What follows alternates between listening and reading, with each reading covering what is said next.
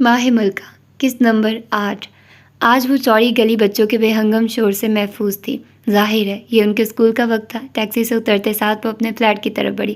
سیڑھیوں پر قدم رکھا ہی تھا جب پیچھے سے کسی نے اسے پکارا۔ گل کا ایک پاؤں سیڑھی پر اور باقی وجود پیچھے مڑا ہوا تھا۔ گل جی، یہ آپ کا مہینہ بھر کا بل۔ یہ اس عمارت کے مالک کی بیٹی تھی جسے انگریزی آتی تھی تو گل سے معاملات ہمیشہ اسی کے ذریعہ طے ہوتے تھے۔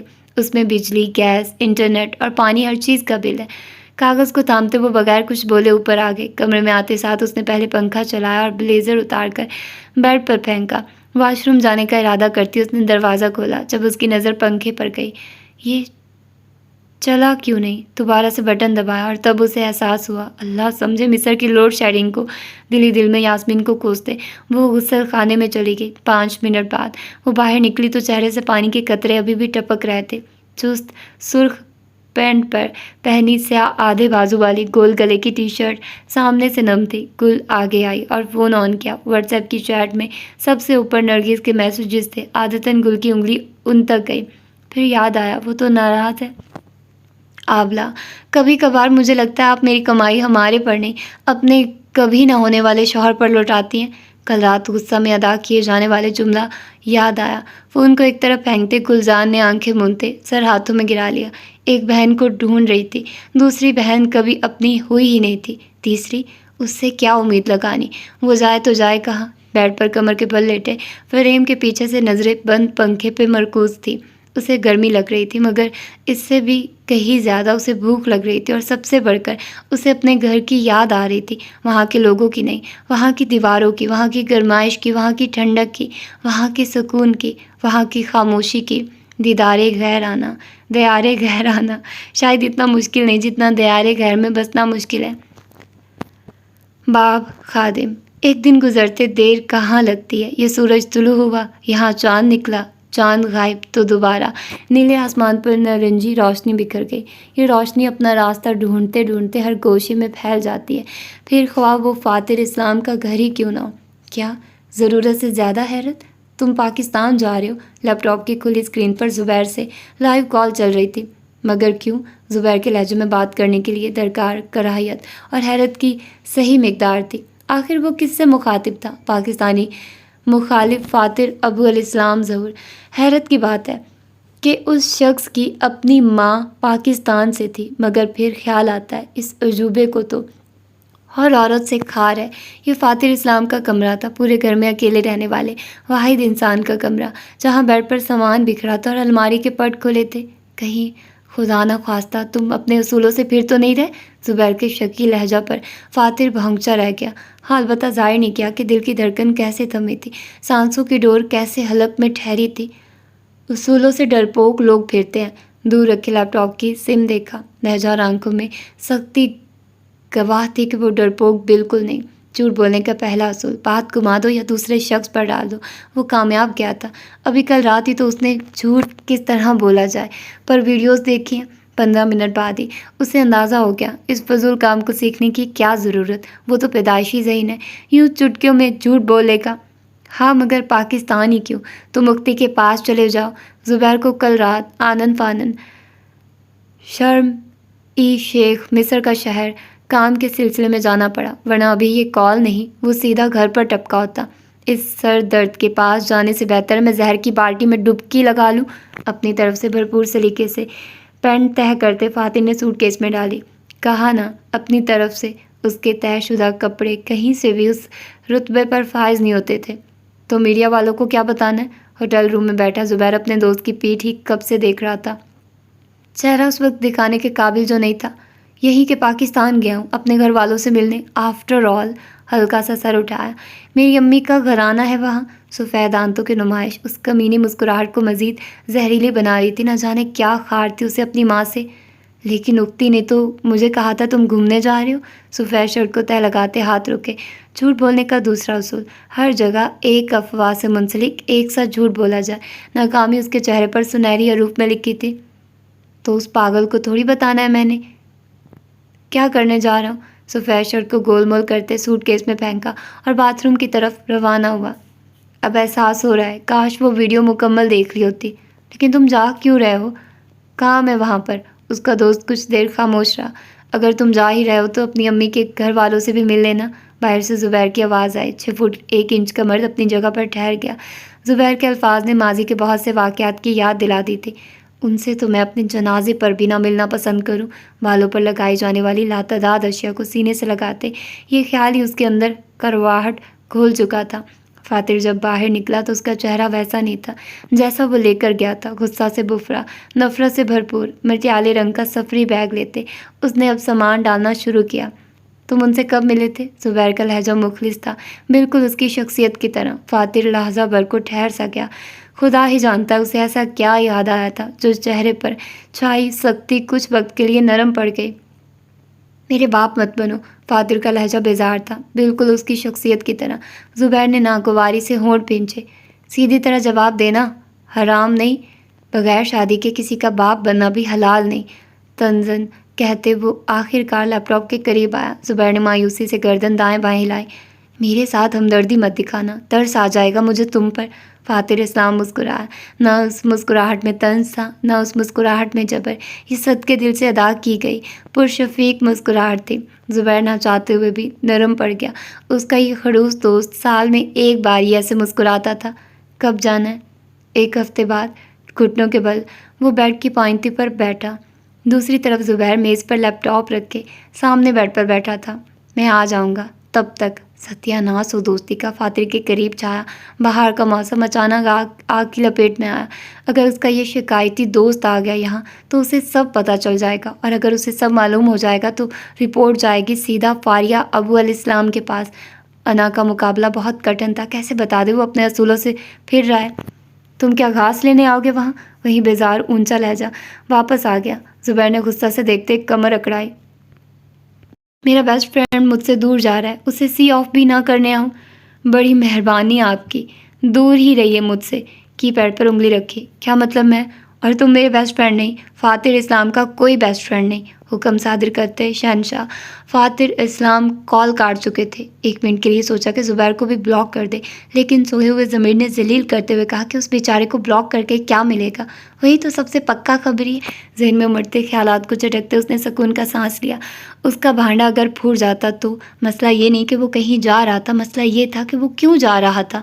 انہوں نے اسے روپوش ہونے کا کہا تھا، اس نے مخالفت کی۔ اب اگر یہ بتا دیا وہ مصر میں ہی ہے، کہیں بس چھپا ہوا ہے، تو کیا عزت رہ جائے گی۔ فاتر اسلام کو اپنے کہے کی لاج رکھنا آتی تھی۔ باپ، ملکہ وہ جو بے نیاز ہے، دل، عقل، روح سب سے خود مختار ہے۔ آخر کار وہ دن آ ہی گیا۔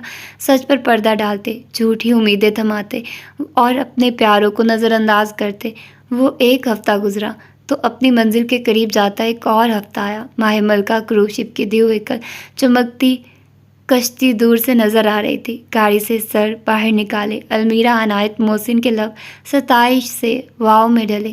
اس کی ایک طرف زیبا بیٹھی تھی جو اسے مسلسل اندر ہونے کا کہہ رہی تھی، اور آگے ڈرائیور جو کلمہ پڑھ کر اپنی گاڑی پر پھونک رہا تھا۔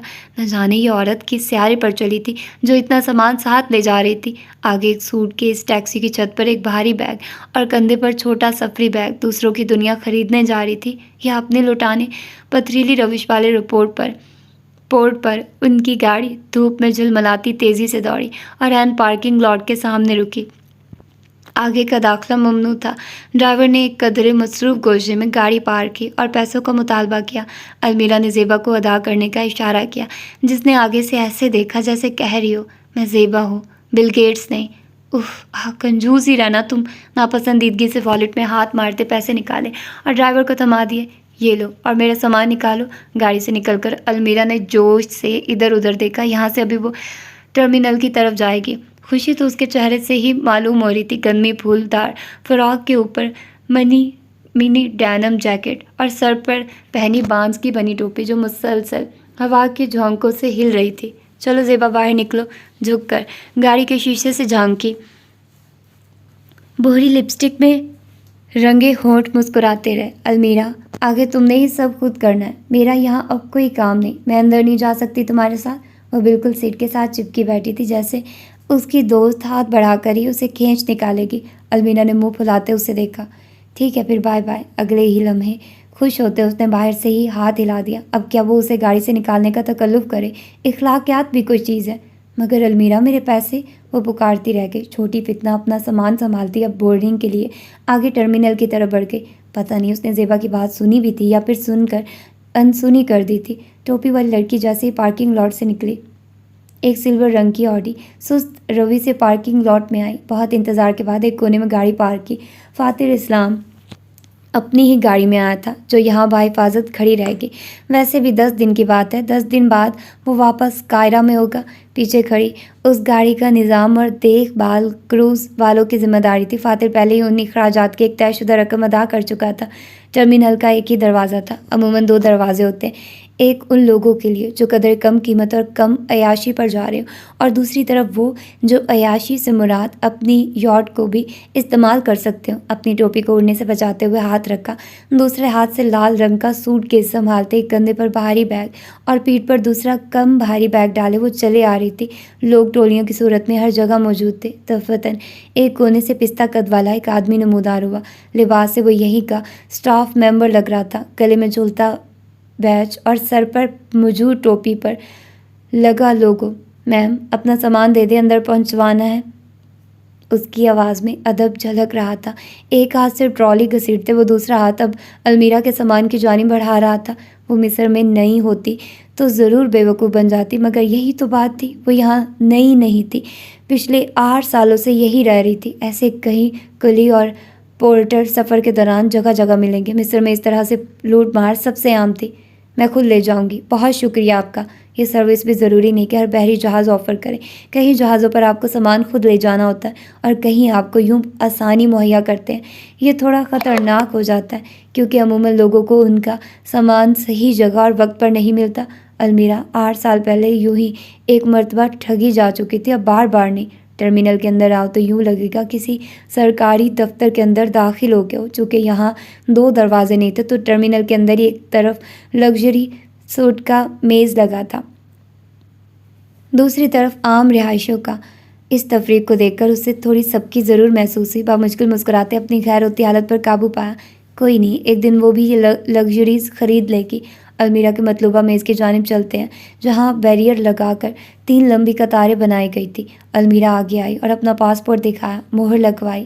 بکنگ آن لائن ہو چکی تھی۔ اس کا نام لسٹ میں دیکھتے انہوں نے کمرے کی چابی دی۔ ایک کار جس کے عین کونے میں ماہ ملکہ کا لوگو درج تھا، تاج کے اندر سے بہہ کر آتی کشتی، بحری جہاز اور ہوائی جہاز کی بورڈنگ میں بس اتنا فرق ہے کہ ہوائی جہاز میں آپ کا سامان بے شمار چیک پوائنٹ سے ہو کر پھر آپ تک پہنچتا ہے، جبکہ بحری جہازوں میں یہ بات سراسر کروز لائن والوں پر منحصر ہے۔ عموماً آپ کا سامان ایک ہی بار چیک کیا جاتا تھا یا اس کے باوجود بس ٹیگ لگایا اور آگے بھیج دیا۔ بیگ سنبھالتے وہ بار سے باہر نکلی اور سیدھے ہاتھ کی طرف اشارہ کرتے سائن کی طرف مڑ گئی۔ بند دیواریں جلد ہی ختم ہوئی اور اب ایک طرف سے شیشے کی بنی اونچی دیوار تھی، دوسرے پار وہ جہاز کو دیکھ سکتی تھی۔ نیلے کارپٹ پر رگڑ کھاتے پہیے آگے بڑھ رہے تھے، منزلوں سے قریب۔ سفید اور سنہرے رنگ کا جہاز، ماہ ملکہ، ملکہ کا چاند۔ نہ جانے یہ نام کیا سوچ کر رکھا تھا۔ آگے چلتے قدم دفتن رکے، مڑ کر دیکھا، تصویر کھنچوانے کی ایک دیوار۔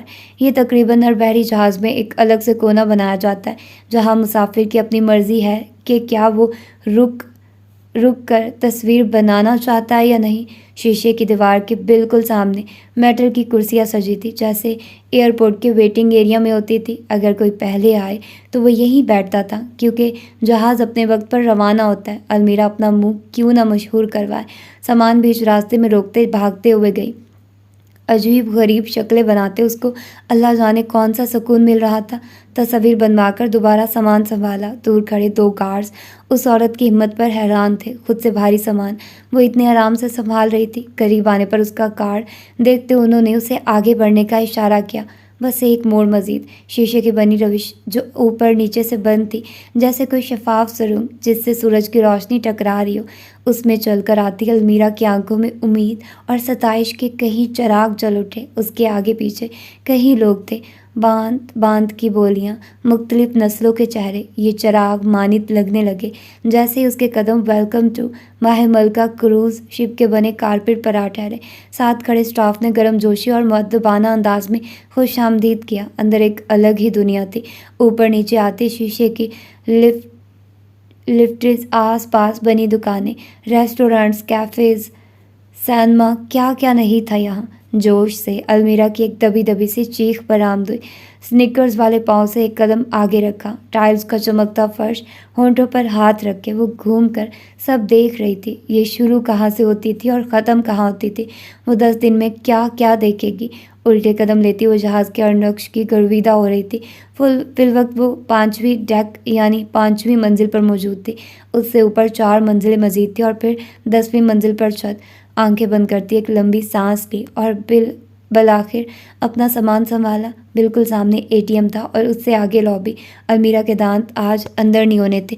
ATM پر جو نظر اٹھی پھر پلٹنا بھول گئی۔ قدم لڑکھڑائے تو پاؤں کی پشت پہیوں سے ٹکرائی۔ خوشی کی مسکراہٹ ڈھلتے تنفر میں بدل گئی۔ اس کے ارد گرد کی روشنی اچانک یوں محسوس ہوئی جیسے اس کے جسم کو جلا رہی ہو۔ اس کی جلد کہیں کانٹوں سے چبھ رہی تھی اور پھر اسے احساس ہوا کہ اس سنسنی کو غصہ کہا جاتا ہے۔ ہفتہ پہلے کا وہ احساس لوٹ آیا، کسی شناسا چہرے کو بھیڑ میں دیکھ کر قدموں کے ساتھ آوازیں رک جانے کا احساس۔ بالکل سامنے ایک جانا پہچانا چہرہ تھا، اپنے ایک پرانے اور سب سے بدترین دشمن کا چہرہ۔ آسمانی رنگ کی ٹی شرٹ والا دراز قد آدمی پیسے نکالتے آگے بڑھ گیا۔ اس نے المیرا کو نہیں دیکھا، مگر المیرا نے تو دیکھ لیا تھا نا۔ یہ یہاں کیا کر رہا ہے؟ فاتر اسلام کو دیکھتے اس کا حلق تک کڑوا ہو گیا۔ غصہ اور نفرت کی شدت سے اس نے مٹھیاں بھینچ لی۔ المیرا عنایت محسن کی بدلہ لینے والی روح پچھلے 4 سال سے یوں ہی تڑپ رہی تھی۔ کس کا ادھار، کس کے ذمہ؟ از خود ایک قدم پیچھے کو اٹھا، دھیان سے پیچھے کھڑے آدمی نے اسے خود سے ٹکرانے سے روکا۔ لمبا قد اور کسرتی جسامت، کوئی باڈی بلڈر لگ رہا تھا۔ المیرا نے ہلکی سی گردن اٹھائی، وہ آدمی مسکرایا، مگر المیرا نے نخوت سے چہرہ پھیر لیا۔ اس کا موڈ بری طرح خراب ہو چکا تھا۔ کوئی بات نہیں، 5 منٹ بعد خود ہی ٹھیک ہو جائے گا۔ 5 منٹ بعد وہی ہوا۔ یہ جہاز کی 8ویں منزل تھی۔ طویل راہداری میں بچھے نیلے قالین اور ہر 3 میٹر کے فاصلے پر چھت پر لگا بلب۔ اس منزل پر رہائشی کمرے تھے۔ قالین پر المیرا اپنا بھاری سوٹ کیس گھسیٹتی لا رہی تھی۔ جتنی مہارت سے وہ یہاں تک اسے لائی تھی، اب یہ اتنا ہی اسے تنگ کر رہا تھا۔ بار بار اس کے پہیے قالین سے رگڑ کھاتے اور اپنا رخ موڑ لیتے۔ طاقت آزما کر اس کی بس ہو چکی تھی۔ بانس کی ٹوپی اب بیگ کے ساتھ لٹکی تھی۔ ہانپتے اس نے بیگ کو وہیں پٹکا اور ماتھے پر آیا پسینہ صاف کیا۔ ابھی اس کی کشتی پورٹ پر ہی کھڑی تھی۔ اللہ اتنی گرمی! ہاتھ کا پنکھا جھولتے وہ پھونکے بھی مار رہی تھی۔ میں آئی۔ المیرا کے ہاتھ بیچ فضا میں ہی رک گیا۔ اس کا ذہن اس آواز کو پہچان چکا تھا، ابھی تو 5 منٹ پہلے سنی تھی۔ آہستہ سے مڑتے اس نے سر اٹھایا۔ لمبے قد اور چوڑی جسامت والا یہ وہی باڈی بلڈر جیسے دکھنے والا مرد تھا۔ نظر ملنے پر وہ مسکرایا، دانتوں کی پوری نمائش کی گئی۔ I can help you with your luggage۔ المیرا خاموشی سے اسے دیکھتی گئی۔ یہ پہلی مرتبہ تھا کہ اس کی زبان کو بریک لگا۔ گہری گندمی رنگت اور درمیان سے اسٹریکڈ بھورے بالوں والے مرد نے آنکھیں چھوٹی کرتے المیرا کو دیکھا۔ اس کی بولتی واپس آئی۔ خود پر قابو پاتے اس نے جگہ دی۔ شور! وہ آدمی مسکراتے ہوئے آگے آیا، ایک ہاتھ سے سامان کو یوں اٹھایا جیسے اس میں کچھ تھا ہی نہیں۔ المیرا حیران ضرور ہوئی مگر متاثر نہیں۔ وہ اپنی ذات کے علاوہ اور کسی سے کہاں متاثر ہوتی ہے؟ راہداری میں اب وہ مرد اس کے ساتھ چل رہا تھا۔ المیرا بامشکل اس کے کونیوں سے ذرا اوپر تک آ رہی تھی۔ بائی دا وے، آپ کا نام؟ نزاکت سے گردن اٹھائی اور سامان سنبھالتے ایفل ٹاور کو دیکھا۔ بہمن بادشاہ۔ مصر میں جس طرح جیم کو گاف سے پڑھا جاتا ہے، یوں ہی پے کو بے کی آواز سے ادا کیا جاتا ہے۔ آپ مصر سے نہیں ہیں؟ آواز میٹھی تھی، آنکھیں شاطر۔ وہ مرد کم از کم 6 فٹ کا تو ہوگا۔ المیرا کو گردن بالکل اوپر کر کے اسے دیکھنا پڑ رہا تھا۔ بالکل، میں یہاں سے نہیں، ایران سے ہوں۔ اشارہ میں المیرا سے راستہ پوچھا تو اس نے روم کی آگے کر دی۔ اس آدمی کے بات کرنے کے انداز کا اگر خلاصہ کیا جائے تو ایک ہی لفظ ذہن میں آتا تھا، دلکش۔ میری فیملی کا ویسے تعلق ترکی سے ہے۔ آباء و اجداد ترکی کی آرمی میں تھے، مگر دوسری جنگ عظیم کے بعد آپ جانتی ہی ہیں۔ جبری سی مسکراہٹ اس کے چہرے پر چھائی، اداسی کو غائب نہ کر سکی۔ المیرا نے ہمدردی سے گردن ہلا دی، حالانکہ اس کی اگلی پچھلی کسی پشت کو بھی تاریخی جنگوں کا کوئی اتا پتہ نہ تھا۔ سن کر افسوس ہوا۔ ساتھ چلتا مرد دروازوں پر درج ہندسوں کو دیکھتا اور آگے چلتا جاتا۔ بس یہی رکھتے، اپنا روم نمبر بڑے جوشیلے انداز میں بتایا۔ فارسی مرد نے اس کا سامان بالکل دروازے کے سامنے رکھا۔ بہت بہت شکریہ بہمن۔ شائستگی سے مسکرائی۔ سامنے کھڑے مرد نے سینے پر ہاتھ رکھ کر تعظیم وصول کی اور آگے بڑھ گیا۔ المیرا بھی کمرے کا دروازہ کھولتے اندر داخل ہو گئی، اپنے پیچھے سے بھوری رنگ کا دروازہ بند کیا اور وہیں کھڑے کمرے کا جائزہ لیا۔ اندر داخل ہونے پر ایک عجیب سی خوشبو نتنوں کو چھوتی تھی۔ المیرا نے سامان ایک طرف رکھتے مزید غور کیا۔ پہلا خیال پرمنٹ مارکر کا آیا اور پھر ایک جھماکا سا ہوا۔ کائی اور پٹرول کی بدبو تھی یہ تو۔ عموماً سمندر میں موجود معدنیات کی ایک عجیب سی بدبو ہوتی ہے جسے بحری جہاز میں موجود وینٹس آپ تک آنے نہیں دیتے۔ لگتا ہے انہوں نے ابھی تک کمرے میں سپرے نہیں کیا۔ خود کلامی کرتے وہ آگے بڑھ گئی۔ 2 سفید سنگل بیڈز کا یہ کمرہ نہ بہت شاہانہ تھا، نہ بالکل عام سا۔ سفید دیواریں جن میں سے ایک کی دوسری طرف چھوٹی سی بالکنی تھی۔ بیڈ کے بالکل سامنے ایک ٹی وی نصب تھا اور ٹی وی کے دونوں طرف 2 سنگل الماریاں۔ گھوم کر کمرے کو ایک نظر میں جانچا۔ کھڑکی کے قریب والے بیڈ پر ایک خالی سوٹ کیس موجود تھا اور ساتھ سفری بیگ کھلا تھا۔ لگتا ہے اس کی روم میٹ آ چکی تھی۔ اپنا سامان دروازے کے سامنے ہی روکتے وہ دھپ سے بستر پر بیٹھ گئی۔ ٹانگ پر ٹانگ چڑھاتے اس نے گردن اٹھا کر چھت کی طرف دیکھا۔ اے سی کے علاوہ وہاں پنکھا بھی موجود تھا۔ کھڑکی کے سامنے گرائے جالی دار سفید پردے دیکھتے وہ اٹھی اور ان کو واہ کیا۔ دور تک پھیلا نیلا گہرا سمندر اس کی گہرائی بند شیشوں سے دکھائی دیتی تھی۔ المیرا قدرت کی خوبصورتی میں محو کسی چھوٹے بچے کی طرح شیشے پر ہاتھ رکھ کے کھڑی تھی۔ آنکھیں ٹمٹما رہی تھی اور نقوش نرم گرم سی دھوپ کے سایہ میں تھے۔ تبھی کمرے میں باتھ روم کا دروازہ کھلنے کی آواز آئی۔ المیرا نے اپنی روم میٹ کو خوش آمدید کرنے کے لیے رخ موڑا۔ سرخ ہونٹ مسکرا رہے تھے۔ السلام۔ تولیہ سے ہاتھ صاف کرتے اس کی روم میٹ ٹھٹک کر رکی۔ المیرا کی مسکراہٹ یکلخت غائب ہوئی اور اس سے بھی کہیں گنا زیادہ برا حال سامنے کھڑی اس کی روم میٹ کا تھا۔ ایک اور پرانا پیس۔ دل ہی دل میں آنکھیں گھمائی۔ تم؟ آنکھوں کو رگڑتے گلجان نے سامنے کا منظر تبدیل کرنا چاہا، مگر شاید قسمت نے ان دونوں کو اسی موڑ پر ساتھ ملانا تھا۔ ہزل آنکھوں والی لڑکی نے مسکراتے ہوئے کندھے اچکائے۔ اپنی خفگی وہ مہارت سے چھپا گئی تھی۔ المیرا کا ساتھ مبارک ہو ڈیئر روم میٹ۔ منہ کھولے کھڑی گل کے قریب آئے، گال تھپ تھپایا اور باتھ روم میں غائب ہو گئی۔ ماہ ملکہ کا بحری جہاز ابھی بھی پورٹ پر کھڑا تھا۔ لوگ اپنے اپنے کمروں کو جاتے کچھ خوش تھے۔ یہ ان کی زندگی کا نیا تجربہ ہونے والا تھا۔ کچھ تھکے ہوئے یہاں کام کے سلسلے میں آئے تھے اور پھر کچھ کے لیے یہ عام سی بات تھی۔ کمرہ نمبر 220 میں اس وقت حالات کافی گرم تھے۔ اپنے سنگل بیڈ پر المیرا عنایت محسن کمر کے بل لیٹے ٹانگیں بستر سے نیچے لٹکائے ہوئے تھی۔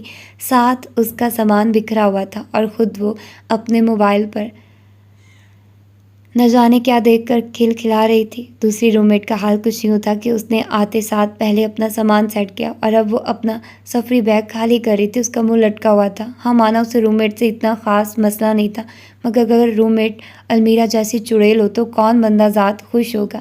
بے دل سے گل نے ڈارک ورس سیریز کی پہلی 3 کتابیں نکالتے اپنے میز پر رکھی۔ بیگ میں ہاتھ مارا، مارول کی موویز نکالی۔ کیا سوچا تھا اس نے؟ کتابیں پڑھے گی، موویز دیکھے گی، موج کرے گی، عیش کرے گی۔ ساری پلاننگ دھری کی دھری رہ گئی۔ بی بی کو یہ فی الحال یاد نہیں تھا۔ وہ یہاں پکنک منانے نہیں، اپنی بگاڑی بہن کو تلاش کرنے آئی تھی۔ غمزدہ حالت میں اس نے وہ دوبارہ بیگ میں پٹکی اور ایک گہری گھوری سامنے لیٹی المیرا کی طرف ڈالی۔ وہ یقیناً ٹائپنگ کر رہی تھی، اسی لیے کی بورڈ کی کٹ کٹ کی آواز گل کے سر پر ہتھوڑے کی طرح لگ رہی تھی۔ وہ اسے مخاطب نہیں کرنا چاہتی تھی، ورنہ ضرور بولتی اسے بند کرو۔ المیرا کو گھورتے ہوئے اس نے اپنے خالی بیگز بیڈ کے نیچے رکھے۔ سیاہ ٹی شرٹ کے ساتھ نیلی جینس میں اسے اب گرمی لگ رہی تھی۔ نفرت اور ناگواری سے ایک بار پھر المیرا کے سر کی جانب دیکھا۔ اتنا مت گھورو گولڈن گرل، آنکھوں میں موتیا اتر آئے گا۔ گل وہیں فریز ہو گئی۔ اس عورت کو کیسے پتا میں اسے دیکھ رہی ہوں؟ المیرا کا سر گل کے چہرے کی طرف تھا۔ ہلکا سا سر اٹھا کر وہ اس ترک لڑکی کو دیکھتے مسکرائی۔ گل کی تو جیسے چوری پکڑی گئی تھی۔ المیرا اس کی خفت سے محفوظ ہوتے ہنسی۔ ہر گزرتے لمحہ گل کو وہ عورت مزید زہر لگ رہی تھی۔ الماری کی طرف بڑھی اور اپنے کپڑے نکالے۔ اس کا ارادہ فریش ہونے کا تھا، ورنہ اس کا دماغ پھٹ جائے گا۔ آج ہی وہ اپنی روم میٹ تبدیل کروانے کی شکایت کرے گی۔ باتھ روم میں گھستے اس نے دروازہ زور سے بند کیا۔ المیرا نے بس ایک نظر اٹھا کر باتھ روم کے بند دروازے کو دیکھا اور پھر گردن موڑتے اس کے سامان کو۔ فون پر وقت دیکھا، 3:17۔ فوراً سے فون بستر پر پھینکا اور بھاگتے ہوئے گل کے حصہ کی جانب آئی۔ کب سے اس کا تجسس کا کیڑا اسے کاٹ رہا تھا۔ سامنے کتابیں رکھی تھی۔ المیرا کا سانس اکھڑا، دل تو کر رہا تھا انہیں اٹھا کر سمندر میں پھینک دے۔ کتابوں کو نظر انداز کیا اور گل کی نیل پالشز اٹھائی، لال اور نیلی۔ میرے سامان کو ہاتھ مت لگاؤ۔ اس ناگہانی عملے کے لیے المیرا تیار نہیں تھی، اسی لیے گل کے پیچھے سے آ کر جھپٹنے پر وہ کمپوز رہی۔ گل کو اندر جاتے ہی احساس ہوا تھا وہ اپنا باڈی واش باہر ہی بھول آئی ہے۔ وہ لینے کے لیے جو باہر نکلی، سامنے چوری کرتی اپنی روم میٹ کو رنگے ہاتھوں پکڑ لیا۔ گل دی جیمز بانڈ، میں کب لگا رہی ہوں؟ ٹانگ پر ٹانگ چڑھاتے وہ وہیں گل کے بستر پر بیٹھ گئی، نگاہیں اٹھا کر تولیہ اور باڈی واش ہاتھ میں مضبوطی سے جکڑے لڑکی کو دیکھا۔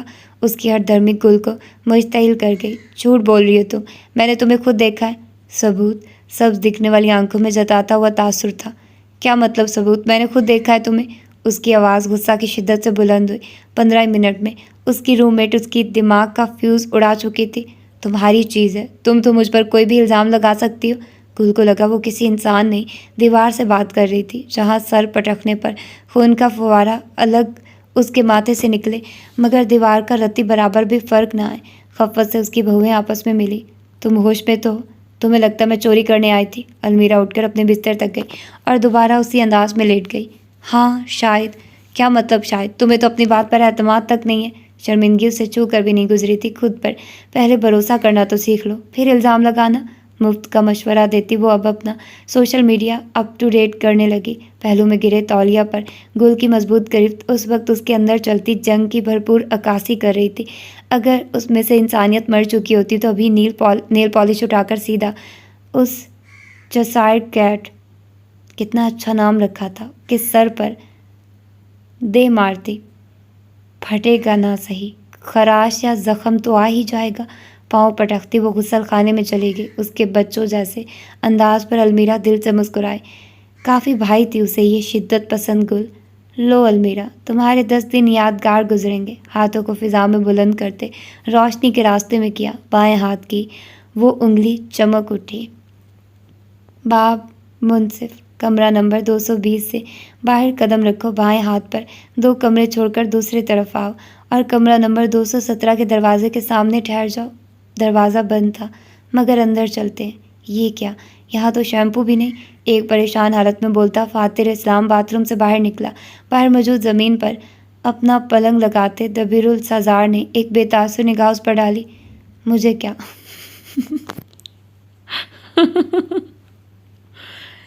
میں تو پہلے ہی گنجا ہوں۔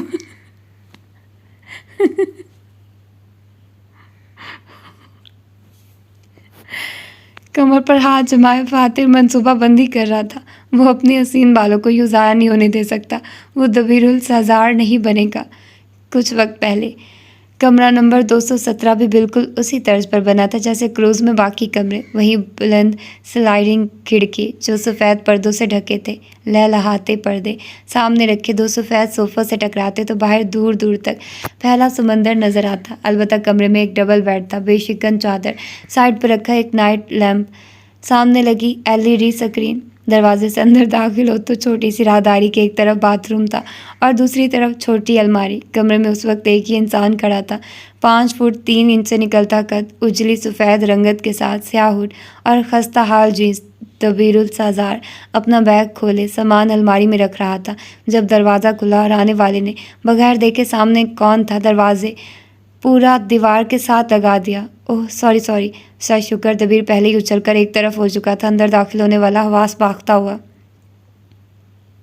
نیلے رنگ کی شرٹ کے ساتھ اس کے کان میں ایئرپورٹ تھا اور ماتھے پر ایک لٹ جھول رہی تھی۔ دبیر تم؟ آنے والے کی آواز میں خوشگوار حیرت تھی۔ اندر موجود شخص کے چہرے پر ہلکی سی جان پہچان کی رمق آئی۔ فاتر اسلام؟ تصدیق مانگی تو سامنے والا کھل کر مسکرایا، البتہ حیرت وہی رہی۔ تم یہاں؟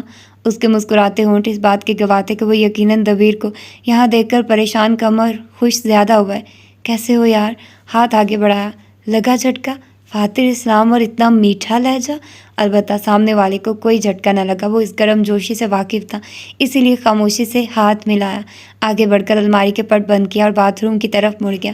فاتر اپنا سفری بیگ اور سوٹ کیس گھسیٹتا کمرے کے بیچوں بیچ آ کر رکا، اپنا سامان سنگل بیڈ پر رکھتے مصروف انداز میں دبیر کو مخاطب کیا، تم یہاں کیا کلیننگ سٹاف میں ہو؟ باتھ روم سے ہاتھ دھو کر نکلتا دبیر اس کے پیچھے سے نکل گیا۔ نہیں، میں روم میٹ ہوں آپ کا، وہ کسی بھی تاثر کے بغیر بولا کرتا تھا، ایسے جیسے اسے بات کرنے میں بھی دلچسپی ہی نہ ہو۔ روم میٹ؟ مگر میں نے تو ایک کمرے کا فارم فل کیا تھا۔ کمر پر ہاتھ رکھ کے وہ ٹی وی کے سامنے کھڑا ہوا۔ ایسا نہیں ہے کہ مجھے تمہارے یہاں ہونے سے مسئلہ ہے، مگر مجھے اکیلے رہنا، میں صرف کچھ دن کے لیے ہوں، سٹاف کے کمروں میں لیکیج ایشو تھا تو اسی لیے میں روم آپ کے ساتھ شیئر کر رہا ہوں۔ فاتر کی پٹری سے اتری بے ترتیب ٹرین کو بیچ میں غیر لچکدار لہجہ میں روکا۔ بات کچھ عجیب سی تھی اور ہمارے اینکر کو کچھ خاص پسند نہ آئی، اسی لیے تو دبیر کی آدھی بات سنتے ہی اس کی آنکھوں میں وہی ناگواری اور غصہ اتر آیا جو ابھی تک تم پڑھتے آ رہے ہو۔ کیا مطلب؟ اگر ان کے رومز میں ابھی تک ایشو تھا تو ٹرپ شروع کیوں کیا؟ حکم دبیر کو یوں دے رہا تھا جیسے دبیر کا جہاز ہو۔ میں یہ رپورٹ کروں گا۔ پیسنجر سروس میں کیسا سٹاف ہے یہاں کا؟ سست ترین۔ میں ہوتا تو فائر کر دیتا۔ دبیر نے اس کے غصیلے لہجہ کا کوئی جواب نہ دیا، بس اپنا بستر لگانے لگا۔ لگتا ہے ان کے 5 اسٹار ریٹنگ میں سے مجھے 0.5 مائنس کرنے ہوں گے، منہ میں بڑبڑایا۔ اپنے بیڈ کی طرف آتے اونچا لیمپ چلایا، چلتا تھا وہ، ریموٹ اٹھایا، ٹی وی چلایا، الماریوں کے پٹ واقعی ہاتھ مارا، دیواریں کھٹکھٹائی تاکہ ان کی بنیادیں دیکھ سکے، مضبوط تھی۔ دبیر اپنا کام کرتا رہا، وہ ویسے بھی آگ لگے بستی میں اپنی مستی میں پر چلنے والا بندہ تھا۔ جہاں فاتر واش روم کا دروازہ کھولتے اندر گیا اور بتیوں کی تعداد گنی، وہیں دبیر اپنے بستر کی چادر درست کرنے میں جت گیا۔ یہ کیا؟ بہت دیر بعد فاتر اسلام کی صدمہ میں ڈوبی آواز آئی، یہاں تو شیمپو بھی نہیں، ایک پریشان حالت میں بولتا۔ فاتر اسلام باتھ روم سے باہر نکلا۔ باہر موجود زمین پر اپنا پلنگ لگاتے دبیر السازار نے ایک بے تاثر نگاہ اس پر ڈالی۔ مجھے کیا، میں تو پہلے ہی گنجا ہوں۔ ایک بے معنی نگاہ ڈالتے وہ اٹھا اور اپنی خالی سوٹ کیس کو فاتر کے پلنگ کے نیچے کیا، کمر پر ہاتھ جمائے۔ فاتر منصوبہ بندی کر رہا تھا، وہ اپنے حسین بالوں کو یوں ضائع نہیں ہونے دے سکتا تھا۔ وہ دبیر السازار نہیں بنے گا، لگتا ہے ریویو میں سے ایک پورا سٹار کاٹنا پڑے گا۔ کشمکش میں ڈوبے لب چبائے اور خود کلامی کی۔ کمرہ نمبر 217 کا دروازہ نہایت آہستگی سے کھلا اور پھر اتنے ہی ہولے سے کسی نے اپنے پیچھے سے بند کیا۔ گہرے آسمانی رنگ کے قالین پر سیاہ بوٹوں سے چلتے دبیر السازار کے قدم خاموش اور ہوشیار تھے۔ سفید بٹن شرٹ کے نیچے سیاہ ڈریس پینٹ پہنے وہ واقعی میں اپنے قد کی وجہ سے کوئی چھوٹا بچہ لگ رہا تھا جس کا امی نے بالکل گردن تنگ بٹن بند کر کے سیاہ بو باندھی اور پھر بغیر بالوں والے سر میں تیل بھی لگا دیا۔ راہداری کی روشنی اس کے سر پر چمک رہی تھی۔ اپنی بو کو درست کرتے وہ آگے بڑھا، یہ حلیہ اسے غیر آرام دہ کر رہا تھا۔ کمرہ 220 کا دروازہ پار کرتے وہ آگے نکل گیا، ہاتھ مار کر کالر درست کیا۔ اب میں تمہاری طرح فاقے نہیں کاٹ سکتی، بھوک لگتی ہے مجھے۔ اسی وقت کمرہ 220 کا دروازہ کھلا اور ایک لڑکی بات کرتے باہر نکلی۔ دبیر کی ان کی طرف پیٹتے مگر وہ آواز پہچانتے بے اختیار رک گیا۔ رکنا اس کی خواہش نہیں تھی، یہ حیرت تھی جس نے اسے روک دیا تھا۔ میں نے ڈسکرپشن میں پڑھا تھا 20 ممالک کے مختلف کھانے ہیں یہاں۔ فربہ لڑکی کی رال ٹپکنے لگی۔ ساتھ موجود دوسری لڑکی نے غیر دلچسپی سے آنکھیں گھمائی۔ دبیر کو تو جیسے قدموں میں زنجیریں ڈل گئی ہوں۔ کیا یہ اتفاق تھا یا قدرت کی آزمائش؟ مجھے تو فرینچ کھانا ٹرائی کرنا ہے، سنا ہے؟ وہ لڑکی یکدم ہی رکی۔ دبیر اس کی سوالی نظروں کی تپش اپنی پیٹھ پر محسوس کر سکتا تھا۔ پریسو ہو تم؟ المیرا کی آواز میں خوشگوار حیرت تھی۔ گھوم کے اس کے سامنے آئی۔ تم یہاں بھی؟ اس سے 2 انچ لمبا مرد گلا کھنکھارتے سیدھا ہوا اور اپنے کالر درست کیے۔ پسینہ کی ایک پتلی لکیر گردن سے نیچے بہتی ہوئی آئی۔ پسینے پر بازو باندھے وہ استضائی محظوظ ہوتی نظروں سے اپنے بیسٹ فرینڈ کو دیکھ رہی تھی۔ لباس وہی تھا، بس جیکٹ اتر چکی تھی اور اب گردن میں سترنگی مفلر کا اضافہ ہو چکا تھا۔ اپنی گرل فرینڈ سے ملنے آئے ہو؟ رازدارانہ انداز اپنا اور گل کی موجودگی کی وجہ سے اردو میں کہا۔ دبیر نے خونخوار نگاہوں سے اسے دیکھا، وہ ڈٹائی سے مسکرائی۔ گولڈن گرل، تمہارا بوائے فرینڈ آیا ہے؟ ہاتھوں کا پیالہ ہونٹوں پر بنائے وہ یوں چیخی جیسے گل 2 قدم نہیں 2 ملک دور کھڑی ہے۔ گولڈن گرل کے جو تاثرات المیرا کی بے باکی اور شوخی دیکھ کر بدلے تھے وہ تو اس کی لال ہوتی رنگت چیخ چیخ کر بتا رہی تھی۔ ادھر کیوں کھڑی ہو؟ المیرا نے بازو سے پکڑا۔ ادھر آؤ۔ عین اپنے اور دبیر کے درمیان کھڑا کے وہ تھوڑا سا سٹ پٹایا۔ یہ حملہ غیر متوقع تھا۔ ایک چور نے کہا گل پر ڈالی اور اس سے پہلے کوئی دیکھتا چہرہ پھیر لیا۔ گل نے خود کو المیرا کی گرفت سے آزاد کروا وہاں سے ہٹ گئی۔ مڑ کر المیرا کو گھورا۔ یہ تمہارا بوائے فرینڈ یہاں کیا کر رہا ہے؟ گل کا چہرہ بے اختیار لال ہوا۔ دبیر نے اس کی گلابی گالیں دیکھی۔ یہ وہی لڑکی تھی پل والی، وہی جس کی آنکھیں چاند جیسی تھی۔ دبیر کے لا تعلق نگاہیں سیدھا اس کی آنکھوں پر ٹھہری۔ نیلی آنکھیں چمک رہی تھی، اندر کو دسی بھوری آنکھوں کے نیچے گہرے حلقے تھے۔ وہ میرا بوائے فرینڈ نہیں، چبا چبا کر کہا۔ سرخ رنگ کے کھلے سے جم سوٹ کے اوپر گل نے سفید کارڈیگن پہن رکھا تھا۔ پھر یہ تمہیں ایسے کیوں دیکھ رہا ہے؟ گل کو دیکھتے ہاتھ سے دبیر کی طرف اشارہ کیا۔ ایسے کیسے؟ گل نے فوراً اس مرد کو دیکھا جو تو اس کی زبان خود بخود رک گئی۔ دبیر منہ کھولے ہنکو بلکہ ندیدوں کی طرح اسے دیکھ رہا تھا۔ خوف اور نفرت سے گل ہلکا سا لڑکھڑائی۔ استغفر اللہ۔ سینے پر ہاتھ رکھا۔ المیرا نے کندھے سے کندھا ٹکراتے آنکھیں مٹکائی۔ He likes you. عجیب صورتحال تھی۔ اس کا دل چاہ رہا تھا وہ دبیر کی جانچتی نگاہوں سے دور بھاگ جائے۔ بھائی تھوڑا سانس لے لے، وہ یہی ہے۔ گل کو تنگ کرنے کی نیت سے اس نے شرارت سے دبیر سے کہا۔ بھوٹائے والے مرد نے المیرا کو یوں نظر انداز کیا جیسے طالب علم امتحان میں آئے ایکسٹرا سوال کو نظر انداز کرتے ہیں۔ یکٹک وہ کارڈیگن والی لڑکی کو دیکھ رہا تھا۔ چہرہ پڑھنا نہایت مشکل تھا۔ کوشش کیا کرو میرے سامنے مت آؤ ورنہ میں اپنے حسد میں کسی دن تمہاری آنکھیں نکالوں گا۔ آنکھوں میں آنکھیں ڈالے پتھریلے انداز میں کہتے آگے بڑھ گیا۔ گل کی ریڑھ کی ہڈی میں سنسنی دوڑی، تنے ہوئے اعصاب ڈھیلے ہوئے، فضا میں یکدم خوف پھیل گیا۔ یہ اس کا کیا مطلب؟ کوریڈور سے نکلتے دبیر کی طرف اشارہ کیا۔ گل جیسے پتھر کی کوئی مورتی ہو۔ المیرا نے اوپر سے نیچے تک اس کی حالت کا مکمل جائزہ لیا۔ وہ ترک لڑکی ٹس سے مس نہ ہوئی۔ ایسا بھی کون سا سور پھونک دیا تھا؟ بڑا ایگریسو اظہار محبت تھا۔ اس کی سرگوشی پر خائف ہوتے گل نے اسے پیچھے دھکیلا اور لمبے لمبے ڈگ بھرتی منظر سے ہٹ گئی۔ المیرا کا جاندار قہقہ کوریڈور کی در و دیوار سے ٹکرایا۔ کیا شرما رہی ہو گولڈن گرل؟ اس کے قدموں کا مقابلہ کرتے وہ اپنی ہنسی کے درمیان اس کو چڑھا رہی تھی۔